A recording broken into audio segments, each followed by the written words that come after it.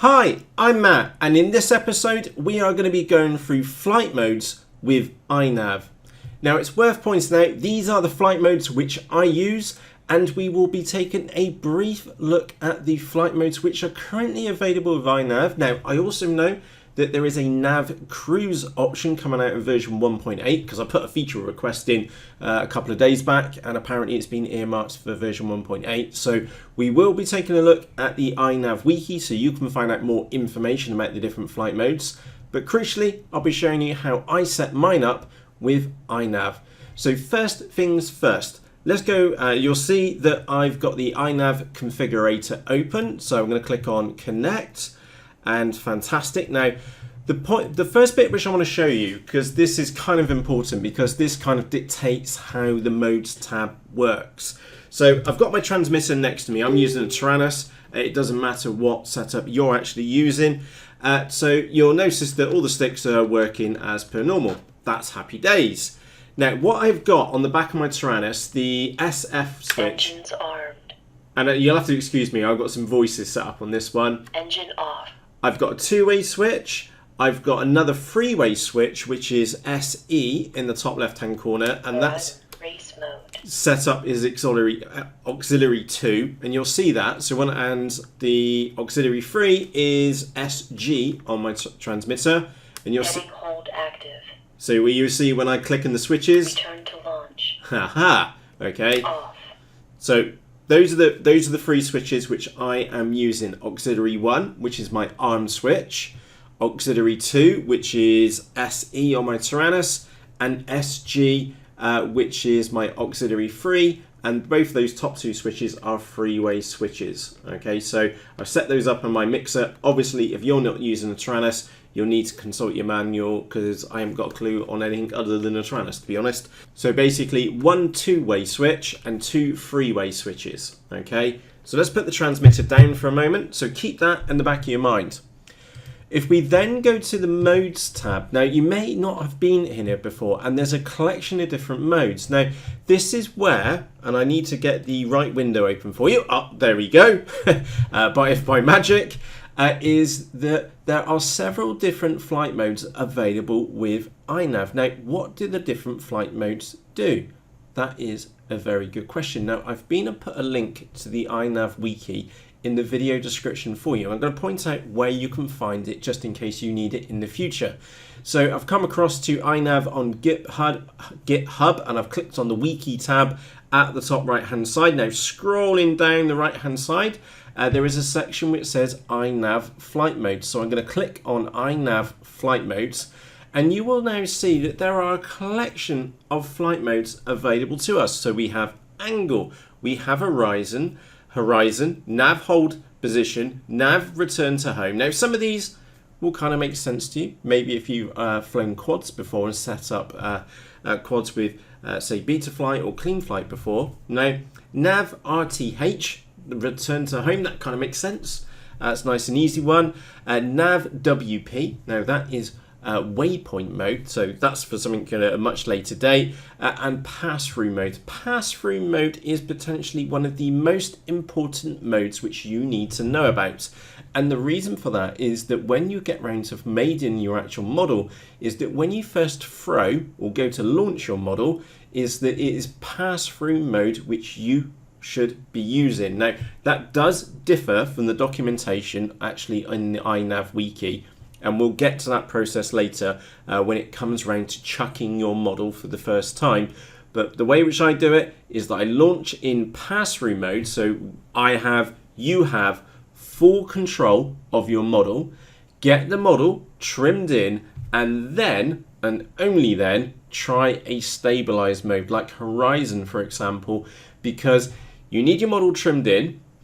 And if you haven't, for example, reversed one of your servos and you click into horizon and then it goes like that, or it spins in front of you, or heads for the ground or goes for the moon, okay, is that you can quickly click back into pass-through mode and regain control of your model. Now that's something which I'll be showing you how to do our absolute best to avoid in a later episode, but just be aware for right now, when you first throw your model, you want to ensure that your model is in pass-through mode, so you have a way of getting full control of your model, just in case you've got one or more of your servo movements going the wrong way round. And again, I will show you how that shouldn't happen to you in a later episode. But anyway, coming back onto the topic, there are a collection of modes. If you're not sure what a specific mode does, so let's pick on Horizon, for example. So I've clicked on Horizon, and it says this hybrid mode works exactly like the previous angle mode. So what was angle mode? Right, so that was further up the screen. I'll leave you to go and read the manual on this one. With centered roll and pitch sticks, thus enabled auto level flight. Takes a bit of the knock off so you can enjoy some FPV. That's classed as happy days. And then gradually behaves more like the default rate mode as the sticks are moved away from the center position, which means it has no limitation on bank and angle and can do flips. Or if you're flying a flying wing, it means that you can do loops and you can do rolls. Happy days. I really do kind of like Horizon mode because you get stabilization around the middle of the sticks, but if you want to do a spin or you want to do a loop, you can do it. Really like Horizon mode. So anyway, go and read the wiki, get yourself up to speed for the different flight modes. So with that point made, and there's a link to that page in the video description for you. Now the first flight mode, which I've personally got set up on Auxiliary 1, is the arm switch. So I am using switch arming. Now if you are flying a fixed wing model, it is generally considered unsafe for you to use stick arming. Okay, so you'll notice that when I click that Engines up, armed. he says, Engine off. can you just see that on my screen? Watch that little bar down there. It will jump from down here to up here. Engines armed. Okay, so it's gone from the left to the right. Now that row did not turn green, or the iNav blue turquoise colour, and the reason for that is that we don't have a GPS fix. So if we went back to the setup tab, it would tell us that we don't have any satellites, so it's unsafe to fly. Okay, next one is Horizon. Now you'll notice that there's two rows here, okay, and you can add the second row in by clicking add range. So if you wanted to add a third range, you can click that on there, and if you wanted to remove a range, you click the cross on the right hand side. So you'll see for Horizon, so actually I've sped on a little bit too far. I need to wind ourselves back a moment. Apologies for that. What I'm now going to show you is that I'm going to scroll down the list, and then you've got pass through, okay, and you'll see that I've got that range set up. Now on your setup that will be blank, so let me just close that a moment. It will look like that. So you click on add range, change it to auxiliary 2. Now I'm going to scroll these bars down there, and the reason why I'm scrolling those bars down there, now don't put it right over that little blue line, okay, give yourself a nice big chunk of leeway, okay, and the reason being is that the top left hand switch, which is a three-way switch, when it's down at the bottom, okay, I want that to be pass-through mode. When I click into the middle, Horizon. okay, my transmitter's just told me Horizon, so I want Horizon. So that's auxiliary 2, and you'll see that I've moved these bars around so that when they're in the middle, and they don't have to be exact, that's fine, just get them roughly right, okay, but leave plenty of leeway either side. So that when I now click into Horizon, is that mode is then enabled, and then I'm going to click up once more, okay, so it says off, and what that means is it's now gone into acro mode because no other modes are selected for auxiliary 2, okay. Now for the auxiliary 3 switch, okay, when it's right down at its bottom level, that's off, okay. Heading hold active. So I want heading hold. Now right now that doesn't actually work with a flying wing with iNav, but like I said, there's a new mode called Nav Cruise coming out very, very shortly. So what I've got that set up now is auxiliary 3 in the middle, okay, scrolling down, and then Nav Alt Hold for auxiliary 3, that's in the middle, and the last one is Return to Launch, which I've been set up for auxiliary 3, and then it's on the right hand side. Now I may have just been and lost you, so I'll tell you what I'm going to do. I'm going to remove all my settings, and then we're going to set them up together, okay, nice and straightforward. So like I said, we want to set up the arm switching. So I'm going to click on add range next to arm. Now it's already been defaulted to auxiliary 1, and that's a two-way switch, so it needs to be up there at the top somewhere. So when I go Engines armed, the little blue bars Engine moved on. up there. So I'm going to do arm. The next thing which I'm going to do, I'm going to set up auxiliary 2 for pass-through. So I'm going to scroll down the list, look for pass-through. Excellent. Add range. Now I need to change that from aux1 to aux2. Move that across. There we go. Excellent. So when race mode. it says race mode, but it's pass-through mode. That was the nearest sound I had in the Tyrannus. You'll have to excuse my voice commands on the Tyrannus. Anyway, auxiliary 2. That's the second one which I've been set up. Then in the middle, I want horizon mode. So if I scroll up, I'm going to click on add range next to horizon, change that to auxiliary 2, and I'm going to put that in the middle. Well, it's kind of already pre-selected that for me. That's happy days. And quickly press save. So when I click up, horizon mode is now enabled. And then when I click it up to the third level, you'll see that that bar is now over there. So horizon mode is not enabled. It would be enabled if I dragged it all the way over there. Okay, but in this case, it's not. Then we also want to set up the third switch. So I'm setting mine up, which will be nav cruise in a later version. Okay, but right now I'm going to set it up with horizon and altitude hold. Now, by the way, that is a fantastic mode for a trainer. Okay, so if you've got someone which wants to, you want someone just to bank left and right, for example, if you set them up with altitude hold, they can move left and they can move right, but they can't go up and down.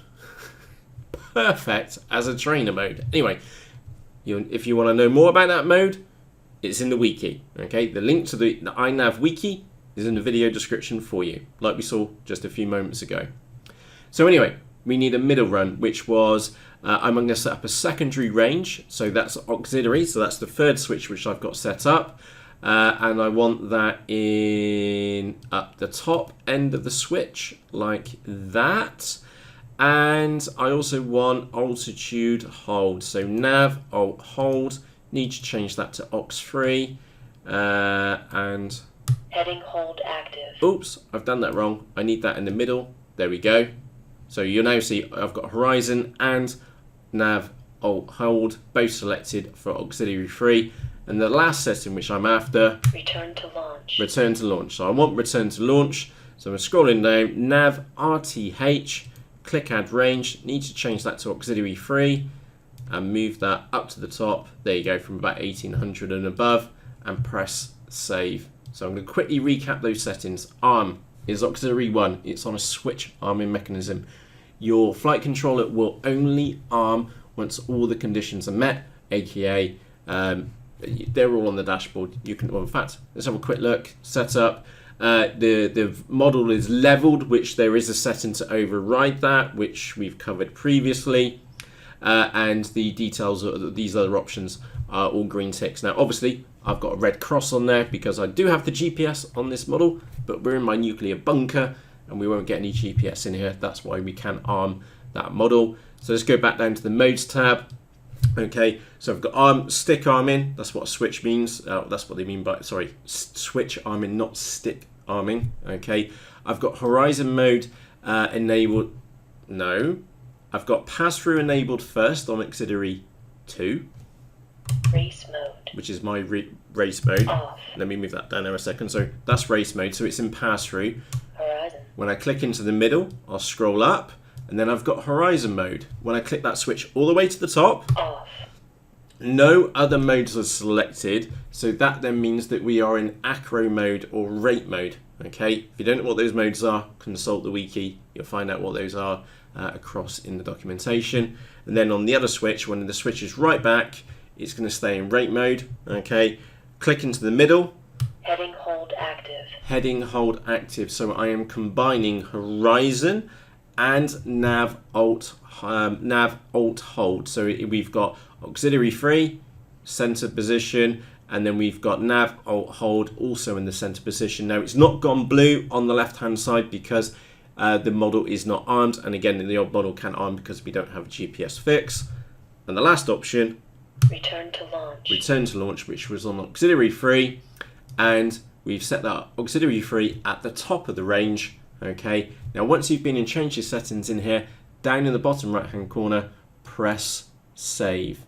Now if you're unsure what flight mode you are in and you don't have the ability to put voice commands on your transmitter, is that they will show up on your on-screen display. I'm going to quickly make a point on that one because that nicely rounds off this episode on the flight modes. Is that if you go to your OSD screen and then down here on the left hand side, I'll put it there, fly mode. Okay, on the left hand side, fly mode, is that you'll see that I've got that on my little screen there. I do prefer to have the flight mode in the top left hand corner of my screen so that I can instantly just look up what flight mode am I in, because if you can't work out where you're on the sticks, you can quickly see, and you can see whether you're in pass for pass-through mode. It will come up as RTL for return to launch. It will come up for acro when now I've got no settings set. It will come up with HORZ for horizon mode, and it will come up as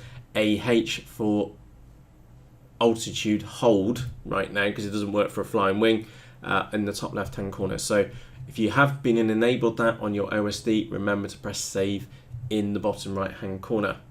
So I sincerely hope this has been able to help you and your setup of your flight modes. Apologies, it was a little bit ad hoc there, but I've had so many questions in the Facebook group where so many of you have just tried and have done fantastically well and then just got your boards and then gone off and gotten them flying. But I wanted to show you how I set mine up because that just makes the most sense for me. And by the way, the one little thing which I would like to share with you, okay, is these two top switches. Okay, they're both three-way switches and I click both of them towards me, okay, so the model comes home. Now return to launch does override everything, okay, but in my head is that if I click both those switches towards me, that's just like me doing this, come to me, okay, that's what I'm set. That's when I click those two switches on the top forwards, like you're in a panic situation, you need something which just like instinctively works in your head. Okay, and the easiest way of doing that is that you want the model to come to you. Okay, so that's why I like to have the switches so you click them both towards you. Okay, the left one is completely irrelevant, okay, because return to launch overrides everything, but if you ever need to use it in anger, okay, something really simple of clicking both switches towards you is like you saying, model, come to me, come home. Okay, so that's how I've set mine up, and I sincerely hope that I've been able to keep this in 100% plain English for you. Any questions or comments, please just ask underneath this video, and like I said, there is a link to the iNav wiki in the video description for you. I strongly encourage you to go and take 5 minutes just to go over and have a quick nose through those flight modes. And on that note, from myself, Matt, thank you ever so much for watching, and I'll see you in the next part of this series. Cheerios!